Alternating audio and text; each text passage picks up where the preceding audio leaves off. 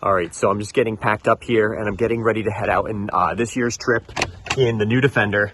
And every year I take the new Defender out to a very remote part of the continent. The first year I bought it, I took it out to Escalante and the Arizona Strip. Last year, I took it across the Trans-Taiga Road and down the road south of Brizay. This year, I want to see what is the farthest north I can drive in Labrador. So there's a couple of really good roads off the Trans-Labrador Highway, the Orma Lake Road and the Eska Road. And I want to see how far north I can push these roads in the new Defender.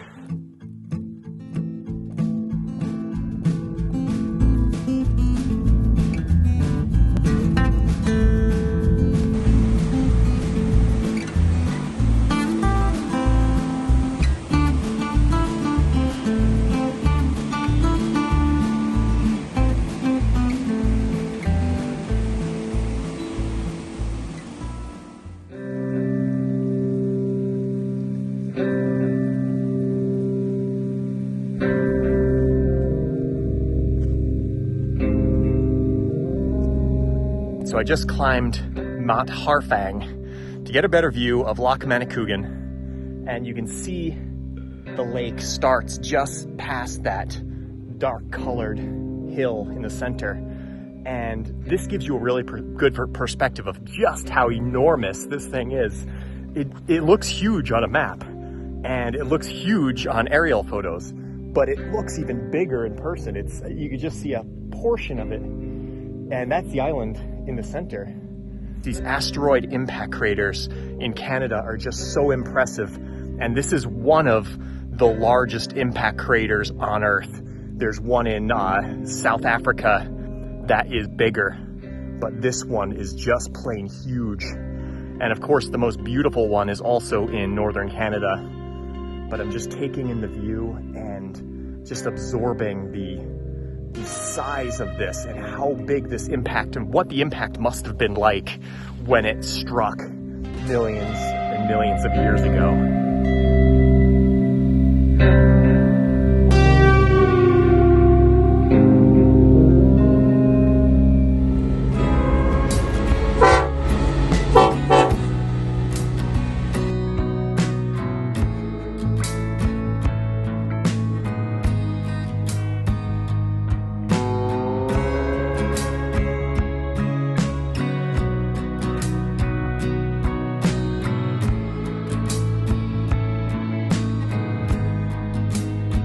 All right, so I just made it into Labrador. You can see there's the sign, and the Trans-Labrador Highway 500 is now completely paved. So let's continue north.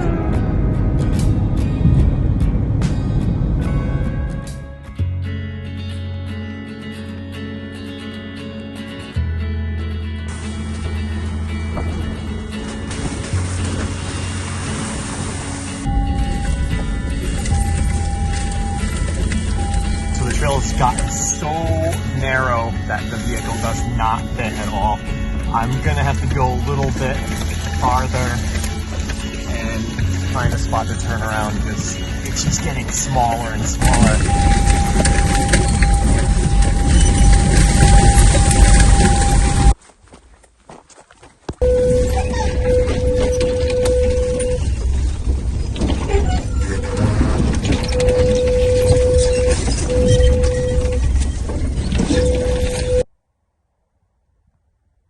All right, so I backed like a mile or so out of those brambles, and I had to get out of that for a couple of reasons. First of all, it was completely scratching up the car. Second, I was really worried that since I was running them over, one of them would puncture the sidewall. Plus it was getting narrower and narrower, and I don't know how much farther I could have gone before there would be no more room. The mountain, that is just a beast of a hill, and it's marked as no vegetation on the topo maps, but that hill is absolutely huge. And I keep calling it a hill, but it's probably actually a very large mountain. It kind of reminds me of Katahdin, and it just stands out above this very flat landscape above this boreal forest. North of me is pure wilderness. This is the edge of the wilderness. So all you have north is the Ungava Bay and the Torngats if you could cross this terrain, but unfortunately you can't, and you can only access it by canoe or boat. Directly behind me, where the sun's setting, is the Trans-Taiga Road. So if I was able to travel overland in that direction, I would end up in the exact same place I was last year, this same time, early September. Unfortunately, that's impossible in this terrain, so I'm just going to take in the view. Tomorrow, I'll check out Orma Lake Road and see what could be found off that road, and then finally do the rest of the Trans-Labrador Highway all the way to Old Fort in Quebec. There's also tons of blueberries out here, so you can see pretty much everywhere you look, there's blueberries.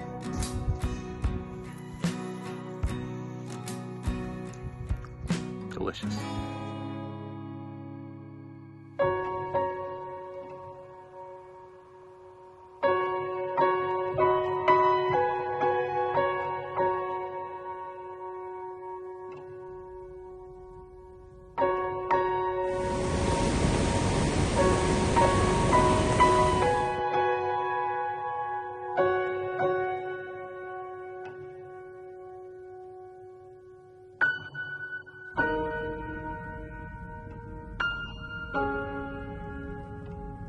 So I'm out on Orma Lake Road now, and I just got gas in Churchill Falls, and take a look at the road behind me. It just goes off into the boreal forest. Hopefully I can go as far north as you can drive in Labrador. This road seems a lot better than the Esker Road, at least so far. So I'm about probably 10 or 15 miles in, so let's follow it and see where it takes us.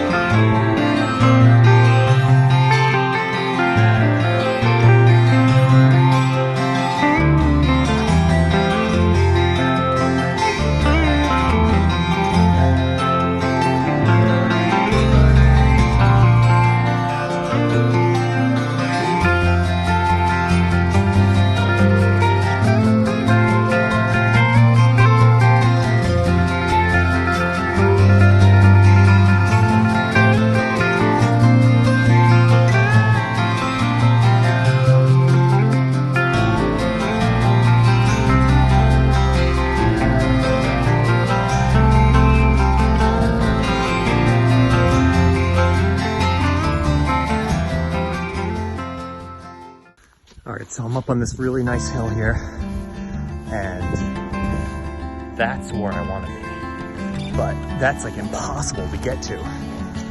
So it looks pretty close, but there's no way to walk across that terrain. So I settled on an easier hill. It's pretty nice in here, actually. You can see a view of the lakes off in the distance. So even though this terrain is like impossible to traverse, once you get up on top of these ridges, it's actually really easy. And look at all the glacial erratics just sitting there. Like they were replaced by some mischievous giant. But in reality, it was the ice. I went to step on this boulder here and it literally just split in half right under my foot. So not many things have been stepped on.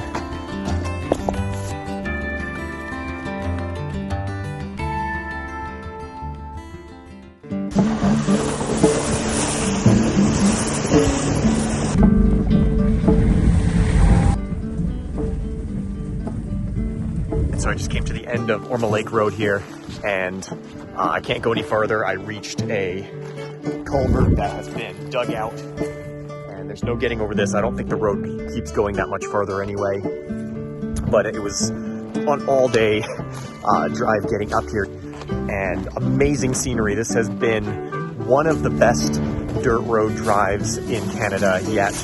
I still do like the road south of Brisé the best, I think. But this road certainly has some excellent scenery. I only saw one person coming up here the whole day, but I just love the fact that there is nothing north of here. There are no roads north of here. And that to me is very exciting. It's simply just wilderness. And that has completely captured my imagination. And I think I'll continue to do these trips up into Canada for quite a few years to come.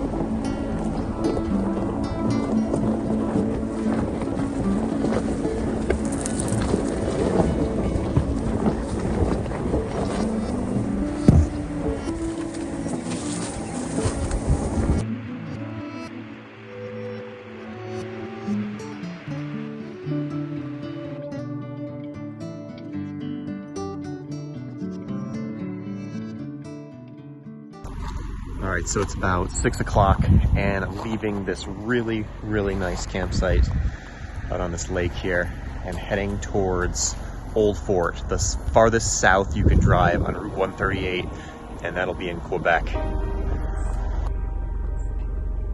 So one of the things that I really like about these northern latitudes is how orange the sun is in the morning. So you can see behind me, you can almost look right into it. It's not bright like you'd find in the southern latitudes. So the mornings definitely have a strange glow to them.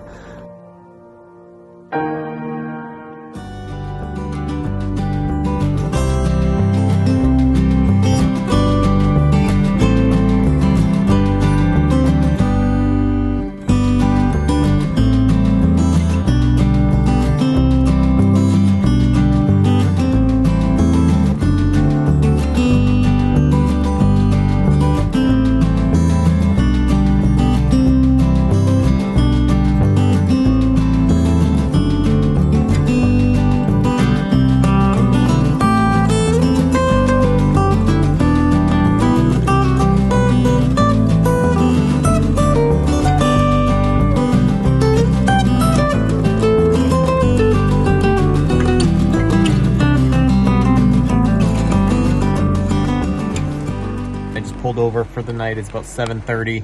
Definitely don't want to be out here driving this at night. And there's just always a great campsite whenever you need it.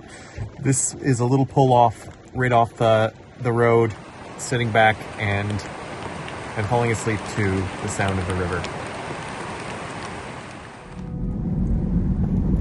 So it's starting to rain here and the wind is picking up, and I'm down near Lansamore, and there's an amazing burial mound right behind me here. That's one of the oldest burial mounds, if not the oldest burial mound in North America.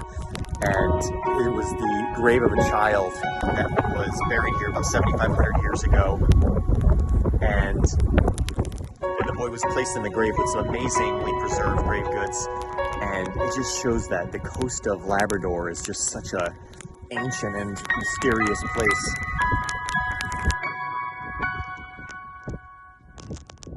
All right, so I'm just outside of Red Bay here, and I'm at a place called the Bony Shore. And this shoreline for hundreds of years was completely white with bones from whales that were hunted by Basque fishermen in the 1540s. It's just amazing that this place was really forgotten and unexcavated until the 1970s. And even before that, it was really not known as an archaeological site, and not many people even knew where the bones came from. So this is a very protected harbor here, and it made for an obvious choice for fishermen all the way from Europe to come and set up their camps, which they did just over the way. And there's still evidence of red tiles and other artifacts from the Basque fishermen. Here's another whalebone. So the date is thought to be around the 1540s. This is one of the earliest European archaeological sites on the East Coast, much older than anything we have down in the United States.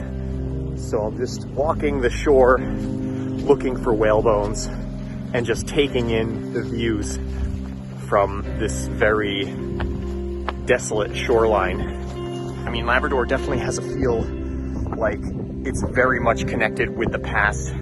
A lot of different cultures utilize this land right here.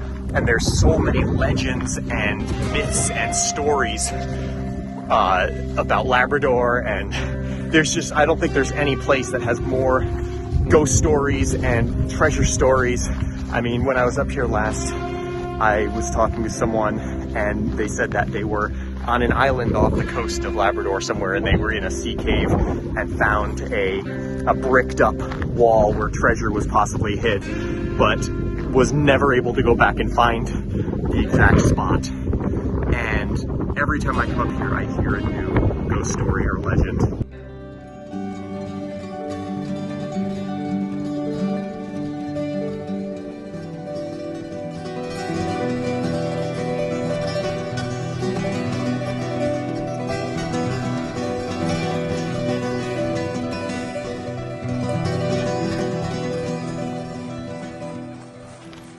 All right, so it took me way longer than I thought it would because I'm basically walking on a giant sponge. Finally made it to the water, and there's a beautiful view. The sun is just setting, and I gotta say, the Côte Nord, the Labrador and Northern Quebec side, is by far my favorite place in Canada right now. And so many of the Vinland sagas line up with this region having been stepped upon by the Vikings, that it just makes me wonder, like, when LiDAR hits this area, what will be found? It's gonna happen sooner or later. Another site will be found, and just across the way you can see Newfoundland, and that's where Lansaw Meadows, the site of Lansaw Meadows, is right on the tip of the north of Newfoundland, and you can see it right over there. So did the Vikings ever anchor in this bay? Soon I'll have to make my way back to the Land Rover across this rocky and spongy terrain.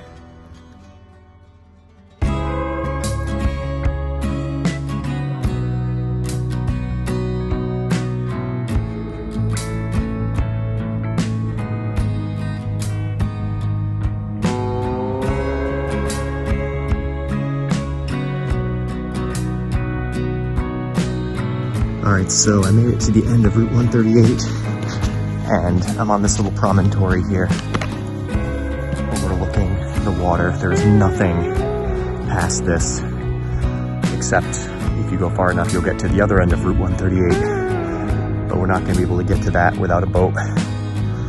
So I went from the farthest north point in Labrador as far south as I could possibly go, and here I am out on this little promontory.